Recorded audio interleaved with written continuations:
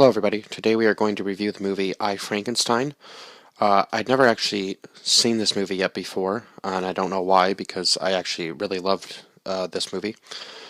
It was nothing but action from beginning to end, and I kind of felt as though it was sort of like a cross between, it was kind of like, almost like Resident Evil meets Van Helsing in a type of way, and I would say that the Frankenstein or Frankenstein's monster in this case was definitely supposed to be like the Van Helsing hero character.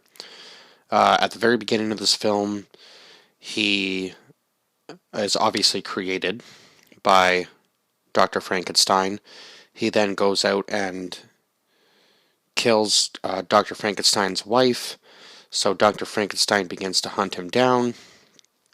Unfortunately, obviously, due to the fact that Dr. Frankenstein's creature is undead, he is able to obviously survive in harsher conditions, and Dr. Frankenstein dies trying to basically kill the thing that he created. So Frankenstein's monster buries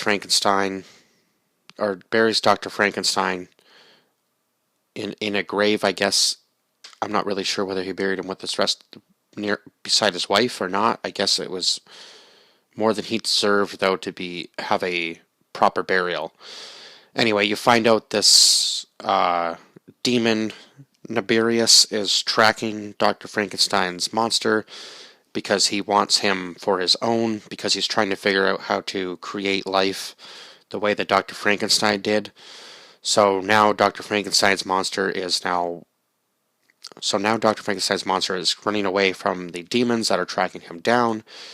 He does this for I don't know how many years and tries to stay out of normal civilization. Eventually he returns and he notices that things are definitely changing. So it's been about 200 years now since he has even set foot in normal human civilization. So it's definitely quite a change for him because he doesn't understand everything that's going on. So he kind of has to adapt, although now he is hunting those who used to hunt him at one point in time. So now he's tracking down all the demons and killing them off slowly one by one. And obviously we know that Nibirius is still alive, but he goes by a different name now, and I wish I could remember that name.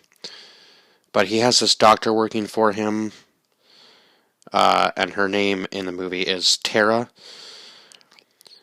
So once he comes back into the city, the Order of the Gargoyles, who took him in the beginning to help protect him, and basically he kind of became, I guess, teamed up alongside them.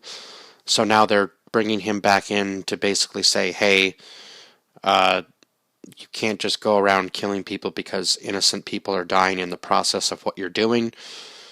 So he says, my life is my own sort of deal. And two of the gargoyles he actually becomes friends with, Ophir and Kazia, or Kazaya. It's sorry if I'm pronouncing that wrong, but unfortunately they both die when the demons decide to storm the Order of the Gargoyle Sanctuary. But I guess you find out that her and Ophir were actually together, so it all worked out for them in the end. And the only way for a gargoyle to ascend is for it to be killed by a creature with no soul, so a demon. So the only way that it can be killed and go to heaven, I guess, is to be killed by a demon.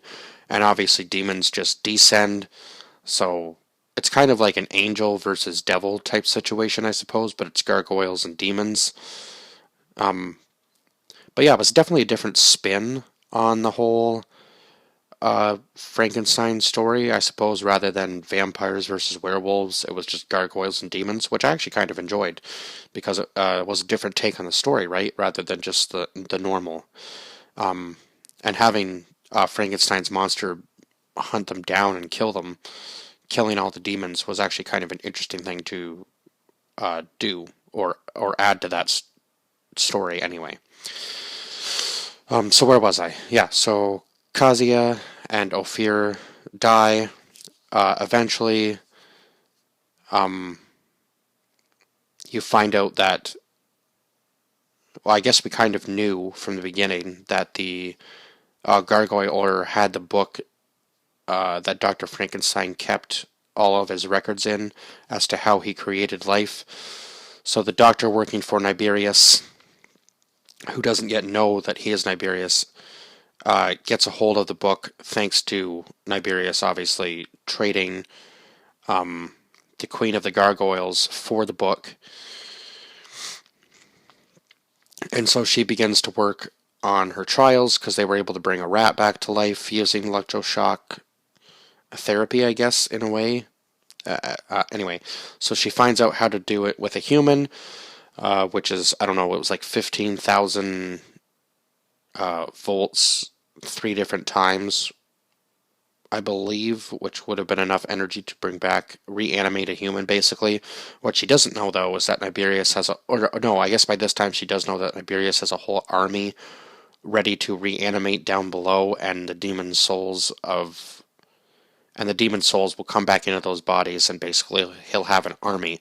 Kind of similar to the Van Helsing story, where he was using Frankenstein to bring back his babies.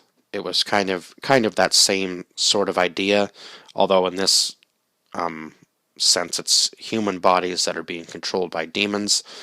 Niberius tries to take control of Frankenstein's body, but obviously to no avail, I guess, because you find out at the end that Frankenstein had a soul, which is kind of odd because, I don't know, or maybe he's just different from the others because he's already been brought back to life, so he's already been animated. I'm not really sure how that one worked, because he did kill Gideon when the Gargoyle Order decides to betray him and basically destroy him and just get the book.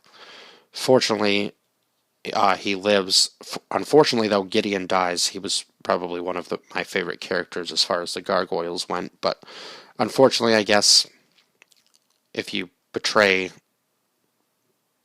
yeah, I guess they kind of betrayed Dr. Frankenstein's creature, who Niberius names Frankenstein because he says, why wouldn't you take the name of your creator or father figure type of deal. So they start calling him Frankenstein.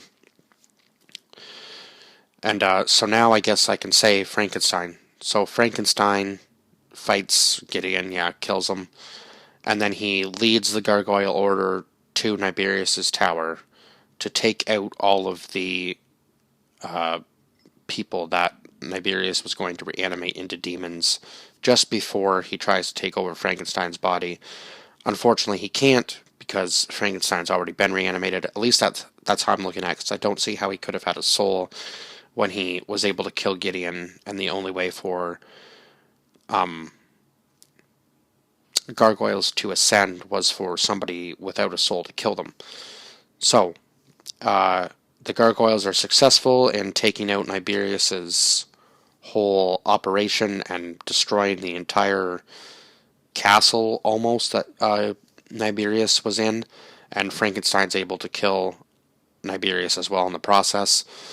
So they don't the Gargoyle Order doesn't end up killing Frankenstein because the Queen of the Gargoyles believes that he has found his true purpose now.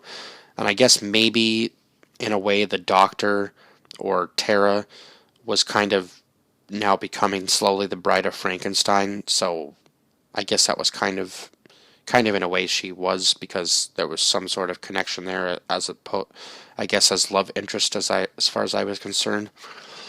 But yeah, the action scenes in this were phenomenal, especially the demons storming the Gargoyle Order towers. Oh my god, that scene was just like non-stop action for probably a good 5-10 minutes, and especially the part where they're jumping off of the roofs on, like, down, because you think it's like maybe 20 or 30 demons at first, and then you realize that it's like a whole army of demons, which was crazy. But yeah, I think that's all I have to say about this movie. It was a really excellent movie. I would definitely give it a 10 out of 10, this movie. Definitely go watch this one if you haven't seen it. If you like Van Helsing and you are into the story of Frankenstein, then you'll definitely enjoy this film, that is for sure. I believe I've covered everything now that I can about this film. I did start watching it last night, so maybe if anything slipped my mind, I'm sorry, because I did finish it this morning and I started watching it last night before I went to work. Because I was about 10 minutes away from finishing it, but I just had to go because I was hungry and I wanted to stop and get something to eat on my way to work. But anyhow, now I'm kind of rambling about what I did yesterday, which doesn't have anything to do with the review. So, please like, share, and subscribe to this video, and comment down below your thoughts on this film if you've seen it. If not, please go watch it beforehand, or watch this review if you just want to watch the review. But anyhow, I will see you guys in the next one. Bye-bye for now.